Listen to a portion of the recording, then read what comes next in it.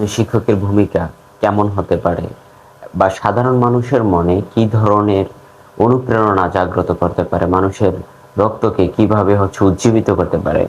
একজন শিক্ষকের এরকম ভিডিও আপনারা অবশ্যই দেখেছেন, এবং জাহাঙ্গীরনগর বিশ্ববিদ্যালয়ের ইতিহাস ডিপার্টমেন্টের স্যারের ভিডিওটা আপনারা দেখেছেন। আপনাদের মনে কেমন অনুভূতি জাগিয়েছিল অবশ্যই শেয়ার করবেন। চলুন শুরু করা যাক। যে পিতা সন্তানের লাশ শনাক্ত করতে ভয় পায়, আমি তাকে ঘৃণা করি।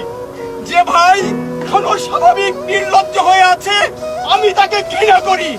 যে শিক্ষক বুদ্ধিজীবী কবিও কেরানি প্রকাশ্য পথে এই হত্যার প্রতিশোধ চায় না, আমি তাকে ঘৃণা করি। এই মৃত্যু পতাকা আমার দেশ না, এই জল্লাদের উল্লাস মঞ্চ আমার দেশ না, এই বিস্তীর্ণ শ্মশান আমার দেশ না, এই রক্ত স্নাত কসাইখানা আমার দেশ না।